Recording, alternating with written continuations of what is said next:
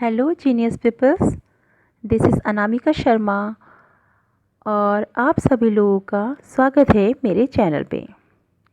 आज हम सुमित्रा नंदन पंत जी के विषय में जो भी क्वेश्चंस एग्ज़ाम्स में आ सकते हैं उन फैक्ट्स को क्लियर करेंगे और आप लोग भी मेरे साथ इन तथ्यों को लिखते जाएं ताकि आगामी एग्ज़ाम्स में जो भी क्वेश्चंस आए उन सबको आप बड़े ही आसानी से सॉल्व कर पाएँ।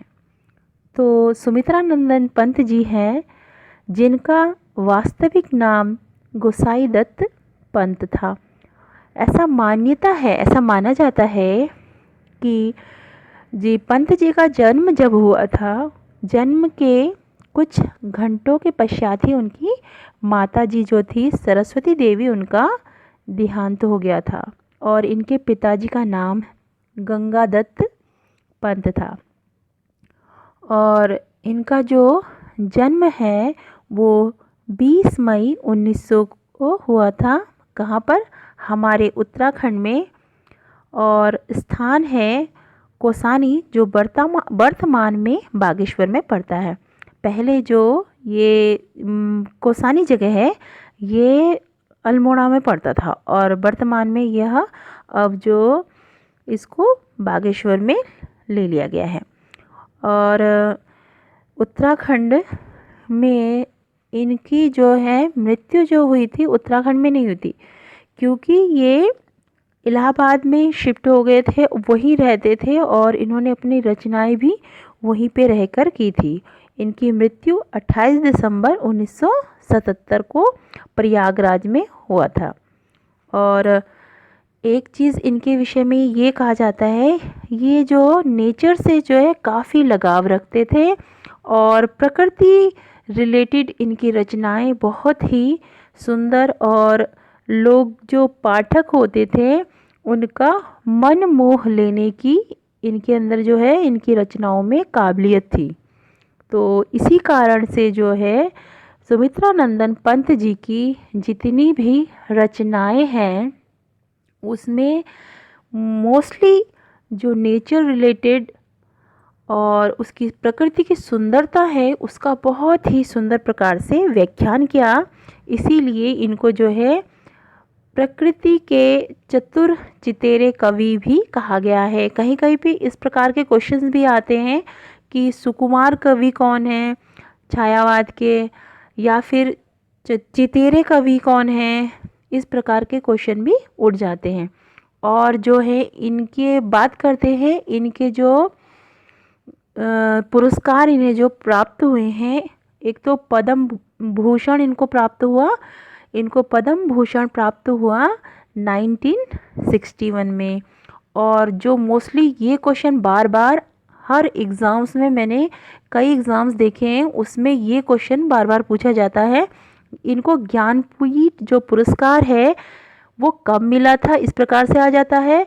अदरवाइज़ कभी कभी ये आ जाता है कि इनको ज्ञानपीठ पुरस्कार किस रचना के लेखन के बाद इनको मिला था। तो ज्ञानपीठ जो पुरस्कार है इनको मिला था 1968 में। और किस रचना के लिए दिया गया था? चिदम्बरा के लिए। और इनको जो है साहित्य अकेडमी पुरस्कार भी प्राप्त हुआ है। और साहित्य अकेडमी पुरस्कार इनको 1960 में मिला है। किस लिए? कला और बूढ़ा चांद नामक रचना के लिए। और जो इनको सोवियत लैंड नेहरू पुरस्कार से भी सम्मानित किया गया है। और ये जो इनकी रचनाएं हैं, इनकी सर्वप्रथम जो कविता है, इस प्रकार से भी क्वेश्चन उठ जाते हैं कि इनकी सर्वप्रथम कविता कौन सी है। तो इनकी सर्वप्रथम कविता है गिरजे का घंटा, और ये इन्होंने लिखा था 1916 में। मतलब इनका जो जीवन था ये बचपन से ही थोड़े अलग मिजाज के थे। प्रकृति में मैंने आपसे प्रथम में ही बोला कि प्रकृति से काफ़ी रिलेटेड थे, तो खोए खोए से रहते थे। इनकी माता नहीं थी और इनका जो पालन पोषण जो है इनकी दादी माँ ने किया था। तो इन्होंने जो फर्स्ट रचना की थी 1916 में ही कर ली थी। उसके बाद जो है छायावाद का जो घोषणा पत्र है इस प्रकार से भी क्वेश्चन उठ जाता है कि छायावाद का घोषणा पत्र मैनिफेस्टो पंत जी द्वारा रचित पल्लव जो रचना है उसकी भूमिका को जो है कहा जाता है। इस प्रकार से ये क्वेश्चन भी उठ जाता है। और पंत जी जो है प्रथम छायावादी जो इनकी रचना है वो है उच्छावास और इन्होंने लिखा है उच्छावास 1920 में लिखा था इनको। उसके बाद जो युगवाणी जो एक रचना है, युगवाणी रचना में इन्होंने पंत जी ने प्रगतिवाद के विषय में यह कहा है कि युग की वीणा इन्होंने क्या है बतलाया है। प्रगतिवाद को इन्होंने क्या कहा है, युग की वीणा कहा है। और पंत जी जो है छायावादी दृष्टिकोण की अंतिम जो इनकी रचना थी, कभी ये क्वेश्चन भी मोस्टली पूछा जाता है, बार बार क्वेश्चनों में ये देखा गया है कि पंत जी की छायावादी दृष्टिकोण की जो अंतिम रचना कौन सी है, यह है युगांत।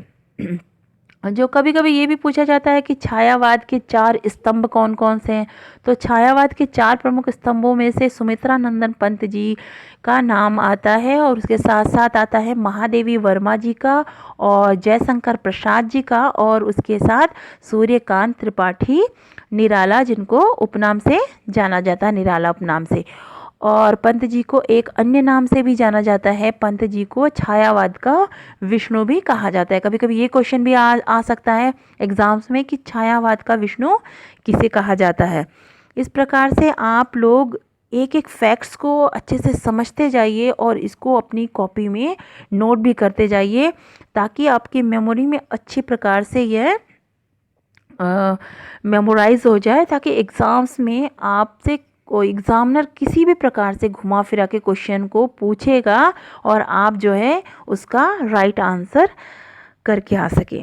और इनका जो कर्म क्षेत्र है, मैंने आपको बताया था ये एक पेशे से अध्यापक भी थे और एक अच्छे राइटर और लेखक और कवि भी थे। इनका जो इस प्रकार की रचनाएं हैं, इसकी वजह से इनको बाहर की कंट्रीज़ में भी सराहा गया है। इन्होंने मतलब हिंदी के अलावा इनको बांग्ला भाषा का भी ज्ञान था और इनकी रचनाओं से प्रेरित होकर सारे जितने कवि थे इनको बहुत ही अधिक पसंद किया करते थे।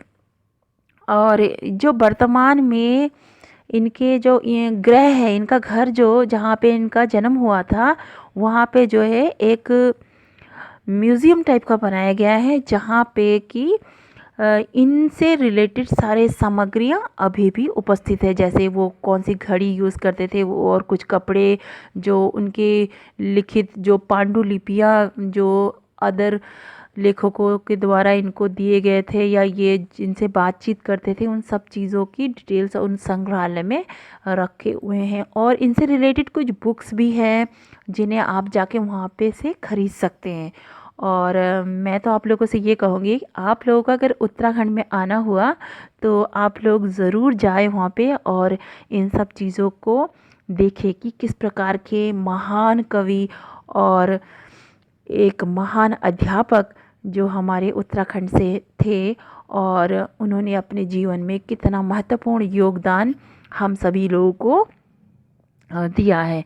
और हाँ, आप ये सोच रहे होंगे कि हमने पंत जी की पत्नी का उल्लेख क्यों नहीं किया है, क्योंकि पंत जी ने विवाह ही नहीं किया था और वो इतने अपनी रचनाओं में खोए हुए रहते थे। मैंने इनका एक इंटरव्यू भी देखा था। इंटरव्यू में इन्होंने ये मेंशन किया कि मतलब स्त्रियों को ये बहुत ही अच्छा मानते थे और बहुत ही मार्मिक रूप से इन्होंने अपनी रचनाओं में स्त्री के प्रति अपनी मनोभाव को भी दर्शाया है। उन्होंने ये कहा कि ऐसी कुछ परिस्थितियाँ ही नहीं आई कि मैं विवाह करूं, और मैं इतना व्यस्त था अपने लेखन कार्य में, अपने अध्ययन कार्य में, तो मेरे को ऐसा संयोग ही नहीं हो पाया कि विवाह करूं। इसी वजह से जो है उन्होंने विवाह नहीं किया।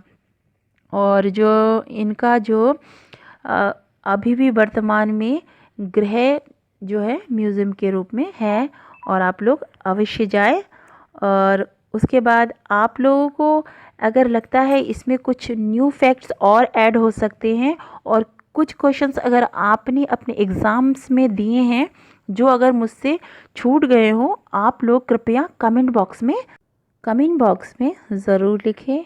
और आपको लगता है कि ये वीडियो आप लोगों के एग्ज़ाम्स के लिए हेल्पफुल है तो इस वीडियो को लाइक करें और अपने सारे फ्रेंड्स के साथ इस वीडियो को शेयर करें। और अगर इस प्रकार की न्यू अपडेट्स आप लोग अगर पाना चाहते हैं तो मेरे चैनल को सब्सक्राइब कर लें तथा बेल आइकन को ज़रूर प्रेस कर लें ताकि आने वाली सभी वीडियोस की नोटिफिकेशंस सबसे पहले आप तक पहुँचे। मुझे सुनने के लिए थैंक यू।